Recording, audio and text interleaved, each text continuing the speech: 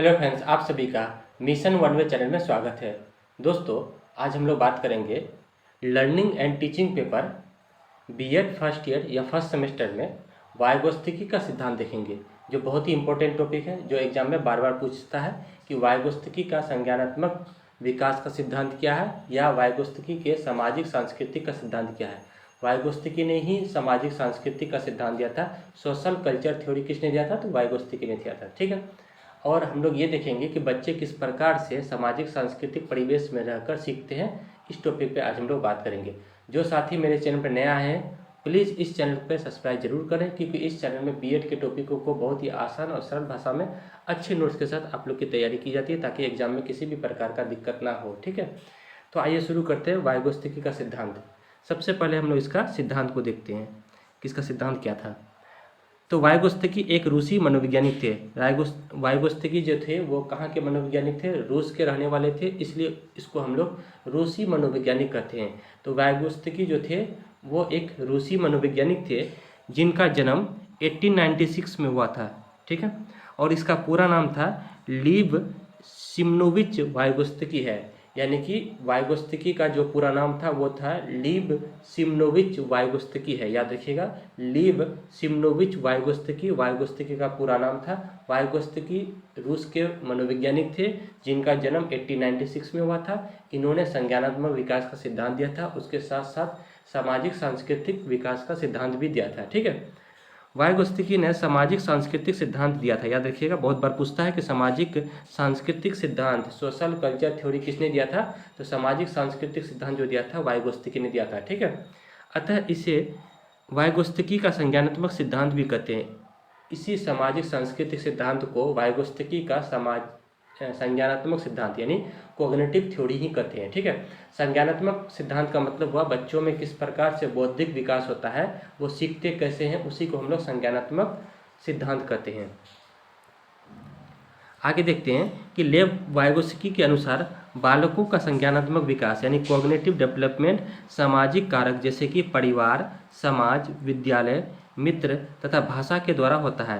यानी लेव वायुगोस्तिकी ने कहा था कि बालकों का जो संज्ञानात्मक विकास होता है, कॉग्निटिव डेवलपमेंट जो होता है, वो सामाजिक कारक कौन कौन है? जैसे कि परिवार हो गया, माता पिता हो गया, विद्यालय हो गया, समाज हो गया, मित्र हो गया, और भाषा के माध्यम से वो सीखता है। तो वायुगोस्तिकी यहाँ पे भाषा पर अधिक जोर दिया था कि बच्चे जो है अपने परिवार में जब बच्चा जन्म लेता है तो वो अपने अधिक उम्र वाले व्यक्ति से भाषा के माध्यम से सीखता है। वायुगोस्तिकी कहते हैं कि बालकों का बौद्धिक विकास उनके सामाजिक अंतःक्रिया यानी बालक का जो बौद्धिक विकास होता है, यानी उसका जो इंटेलिजेंस डेवलपमेंट होता है, यानी बौद्धिक विकास जो होता है वो कैसे होता है? अंतःक्रिया करके, यानी इंटरेक्शन करके। वो इंटरेक्शन किसके साथ कर सकता है? वो इंटरेक्शन अपने माता पिता के साथ भी कर सकता है, मित्र के साथ भी कर सकता है, शिक्षक के साथ भी कर सकता है, और आस पड़ोस के समाज के साथ भी कर सकता है। तो इसीलिए जो है बालकों का जो बौद्धिक विकास होता है वो समाज के अंतःक्रिया करके यानी सोशल इंटरेक्शन करके बच्चे जो है अपने माता पिता के द्वारा, मित्र के माध्यम से वो सीखते हैं। ठीक है, इसी को हम लोग सामाजिक सांस्कृतिक सिद्धांत कहते हैं। जब बालक समाज में रहकर वहाँ के संस्कृति को सीखता है तो उसी को हम लोग सामाजिक सांस्कृतिक सिद्धांत पर बल दिया। याद रखिएगा, वायुगोस्तिकी ने सामाजिक सांस्कृतिक सिद्धांत पर बल दिया था, जबकि जीन पियाजे ने सामाजिक सांस्कृतिक सिद्धांत पर बल नहीं दिया था। वायुगोस्तिकी कहते हैं कि बालकों का सामाजिक सांस्कृतिक परिवेश के अनुरूप ही विकास करना चाहिए। यानी वायुगोस्तिकी कहते हैं कि बालकों का जो विकास करना चाहिए वो सामाजिक सांस्कृतिक परिवेश में रहकर ही उनका करना चाहिए, समाज में रहकर ही उनका परिवेश करना चाहिए, उनका विकास करना चाहिए, तथा वो बालक उसी सामाजिक सांस्कृतिक परिवेश के अनुरूप ही उसमें भाव विचार, दृष्टिकोण, मानसिक क्षमता का विकास होता है। यानी कि जब बालक उसी सामाजिक सांस्कृतिक परिवेश में रहेगा, उसी के अनुरूप ही उसमें भाव, विचार, दृष्टिकोण और मानसिक क्षमता का विकास होगा। ये बात कही थी वायुगोस्तिकी ने। वायुगोस्तिकी ने यह कहा था कि जब बालक सामाजिक सांस्कृतिक परिवेश में रहेगा तो उसी के अनुरूप, जिस परिवेश में रहेगा, जिस सामाजिक सांस्कृतिक परिवेश में रहेगा, उसी के अनुरूप वहाँ का भाव, वहाँ का विचार, वहाँ का बौद्धिक क्षमता, मानसिक विकास, वहाँ का दृष्टिकोण बच्चे में विकास होगा। ठीक है, इसी को हम लोग कॉग्निटिव डेवलपमेंट यानी संज्ञानात्मक विकास कहते हैं। आगे देखते हैं, जब बालक समाज के साथ अंतःक्रिया करते हैं, जब बालक समाज के साथ इंटरेक्शन करता है, यानी समाज के साथ अंतःक्रिया करता है, समाज के साथ रहकर वहाँ की चीज़ों को सीखता है, तो उसमें भाषा के द्वारा विचार उत्पन्न होता है। यानी बच्चे जो समाज में रहते हैं तो वहाँ पर वो अधिक उम्र वाले व्यक्ति से भाषा के माध्यम से सीखता है। ठीक है, यहाँ बच्चों को सीखने के लिए अधिक जानकारी वाले व्यक्ति मदद करते हैं, जिससे बालक तेजी से सीख जाते हैं। यानी कि जब अधिक जानकार वाले व्यक्ति अपने से कम जानकार वाले व्यक्ति को भाषा के माध्यम से सिखाता है, तो कम जानकार वाले व्यक्ति में तेजी से उनका संज्ञानात्मक विकास होता है। ठीक है, तो बच्चों के सीखने में अधिक जानकार वाले व्यक्ति भाषा के माध्यम से कम जानकार वाले व्यक्ति को सिखाता है, ताकि उसमें तेजी से संज्ञानात्मक विकास हो सके। ठीक है, ये बात कही थी वाइगोत्स्की ने, कि वाइगोत्स्की कहते हैं कि यहाँ पे भाषा का बहुत बड़ा प्रभाव पड़ता है सीखने में। भाषा के माध्यम से बच्चे सीखते हैं, जिस परिवेश में वो रहेगा उसी तरह के भाषा का प्रयोग करके वहाँ पे वो सीखते हैं। ठीक है, तो लैंग्वेज का जो है बहुत बड़ा महत्व दिया था किसने? वाइगोत्स्की ने दिया था। आगे हम लोग देखते हैं कि समीपस्थ विकास का क्षेत्र, जैसे कि कुछ वाइगोत्स्की ने संज्ञानात्मक विकास के सिद्धांत में, सीखने के सिद्धांत में कुछ कारक बताए। जैसे समीपस्थ विकास का क्षेत्र, जिसको हम लोग ZPD कहते हैं, ZPD का पूरा नाम हो गया जोन ऑफ प्रोक्सिमल डेवलपमेंट। यानी जोन ऑफ प्रोक्सिमल डेवलपमेंट क्या होता है कि जिस परिवेश में रहकर बच्चा सीखता है उस परिवेश को हम लोग समीपस्थ विकास का क्षेत्र कहते हैं। जैसे इस परिवेश में रहकर जब बच्चा साइकिल चलाना सीख जाता है तो ये परिवेश क्या कहलाएगा? ZPD कहलाएगा। ये परिवेश क्या कहलाएगा? ZPD कहलाएगा, यानी कि जोन ऑफ प्रोक्सिमल डेवलपमेंट। ठीक है, वाइगोत्स्की ने संज्ञानात्मक विकास में परिवेश को आधार बनाया। यानी वाइगोत्स्की ने बच्चों के संज्ञानात्मक विकास में परिवेश, जो वातावरण होता है, उसको वो बेस बनाया, उसको आधार बनाया, तथा जिस क्षेत्र के अंदर बालक किसी की मदद से कार्य करता है वो क्षेत्र ZPD कहलाता है। यानी जिस क्षेत्र में बालक किसी की मदद से कोई कार्य करता है तो वह ZPD कहलाता है। जब बालक साइकिल सीखता है तो उसे सीखने में जिस क्षेत्र के अंदर कोई उसे मदद करता है तो वो क्षेत्र कहलाता है ZPD, यानी जोन ऑफ प्रोक्सिमल डेवलपमेंट। इसको बहुत अच्छे से और समझते हैं हम कि देखिए, जब बच्चा साइकिल चलाना सीखता है तो जिस क्षेत्र के अंदर, ठीक है, जिस क्षेत्र के अंदर बालक को कोई मदद करता है, साइकिल चलाने में मदद करता है, तो वो क्षेत्र कहलाएगा ZPD। जैसे ही वो मदद करना बंद कर देता है, अब बच्चे खुद से साइकिल चलाना शुरू कर देता है, तो वो परिवेश फिर आपका ZPD नहीं कहलाएगा। ठीक है, फिर से इसको समझिए कि जिस क्षेत्र के अंदर बालक किसी की सहायता से वो क्या करता है, कोई कार्य करता है, तो वो क्षेत्र कहलाता है समीपस्थ विकास का क्षेत्र। और जब कोई उसकी मदद करना छोड़ देता है तो वो क्षेत्र आपका समीपस्थ विकास का क्षेत्र नहीं कहलाता है। जैसे जब कोई बालक साइकिल चलाना सीखता है तो उसकी जब कोई मदद करता है तो जब तक वो सीख ना ले तब तक उसकी मदद करता है, तो वो क्षेत्र आपका समीपस्थ विकास का क्षेत्र कहलाएगा, जब तक वो सीख ना ले।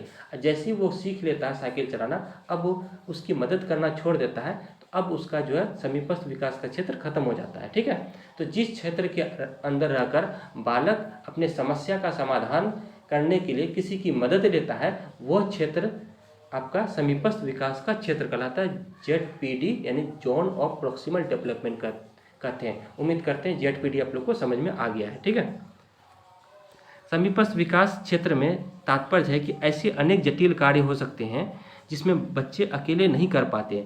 बहुत ऐसे जटिल कार्य होते हैं जो बच्चे अकेले नहीं कर पाते, उन्हें किसी अधिक जानकार वाले व्यक्ति की ज़रूरत पड़ती है समस्या के समाधान करने के लिए, उन्हें लोगों की मदद की आवश्यकता होती है, तो बच्चे सीख सकते हैं। जब उन्हें अधिक जानकार वाले व्यक्ति उसकी मदद करता है तो बच्चे वो चीज़ों को सीख लेता है, तो उस क्षेत्र को हम लोग ZPD कहते हैं, यानी जोन ऑफ प्रोक्सिमल डेवलपमेंट कहते हैं। जहाँ तक बच्चे की मदद की जाती है वो क्षेत्र आपका समीपस्थ विकास का क्षेत्र कहलाता है।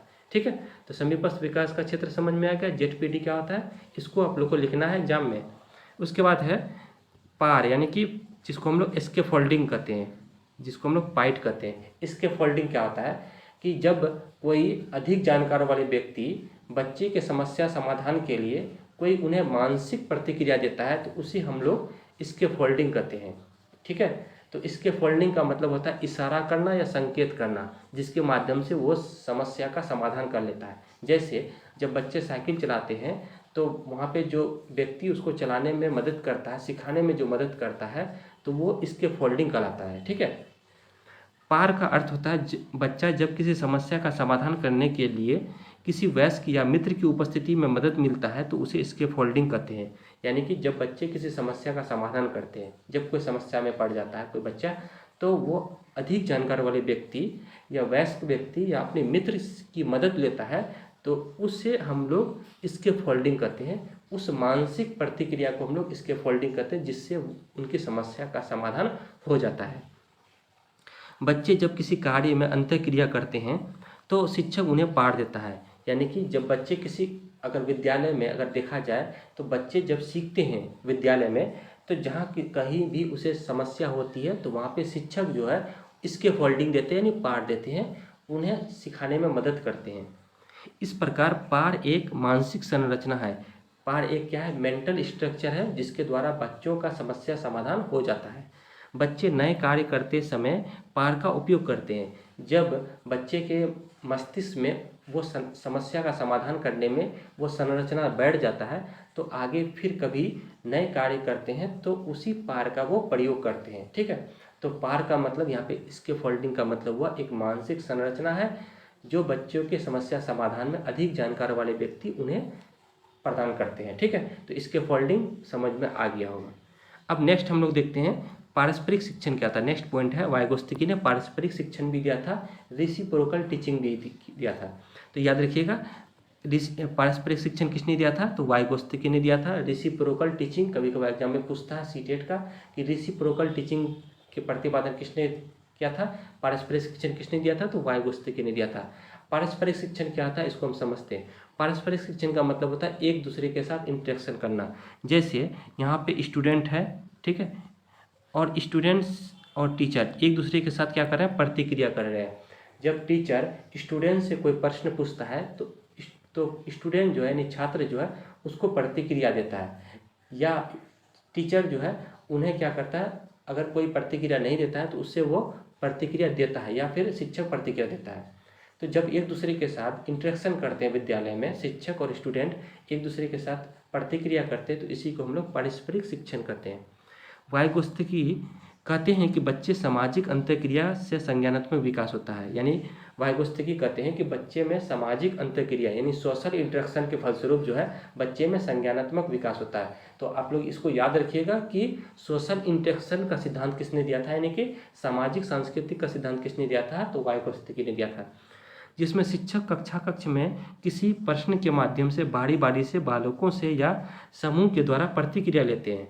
यानी कि अगर क्लासरूम में अध्यापक जो है बारी बारी से बालकों से प्रश्न पूछ के उनकी प्रतिक्रिया लेते हैं कि बच्चे सीख रहे हैं कि नहीं सीख रहे हैं। यदि नहीं सीख रहे हैं तो अध्यापक अपनी प्रतिक्रिया देते हैं, यानी समस्या का समाधान देते हैं, या शिक्षक स्वयं प्रतिक्रिया देते हैं, याद रखिएगा।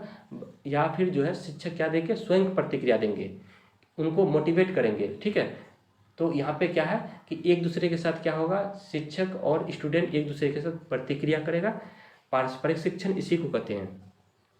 इस प्रकार आपस में सब मिलकर अंतःक्रिया कर रहे हैं। इस प्रकार जो है टीचर और स्टूडेंट आपस में मिलकर इंटरेक्शन के माध्यम से सीखते हैं और सिखाते हैं। इसे ही हम लोग क्या कहते हैं? पारस्परिक शिक्षण कहते हैं। इसी को हम लोग रेसिप्रोकल शिक्षण कहते हैं। उम्मीद करते हैं आप लोग को पारस्परिक शिक्षण समझ में आ गया। वाइगोत्स्की का सिद्धांत सामाजिक सांस्कृतिक का सिद्धांत था। सामाजिक सांस्कृतिक का सिद्धांत में यह कहा गया था कि बच्चे किस प्रकार से अपने परिवेश में रहकर, समाज में रहकर, माता पिता के द्वारा, शिक्षक के द्वारा, मित्र के द्वारा, पड़ोस के द्वारा, समाज के द्वारा और भाषा के माध्यम से जो सीखता है उसी को हम लोग संज्ञानात्मक विकास का सिद्धांत कहते हैं। बच्चों में संज्ञानात्मक का विकास होता है। इसके लिए हम लोग देखें ZPD क्या होता है, जोन ऑफ प्रोक्सिमल डेवलपमेंट क्या होता है, समीपस्थ विकास का क्षेत्र, जिसमें हम लोग बच्चे जिस क्षेत्र के अंदर रहकर सीखते हैं उसे हम लोग ZPD कहते हैं। फिर इसके फोल्डिंग क्या होता है और पारस्परिक शिक्षण क्या होता है, यहाँ पे हम लोग देखें जो ZPD, इसके फोल्डिंग और रेसिप्रोकल टीचिंग, ये तीनों कौन दिया था? वाइगोत्स्की ने दिया था।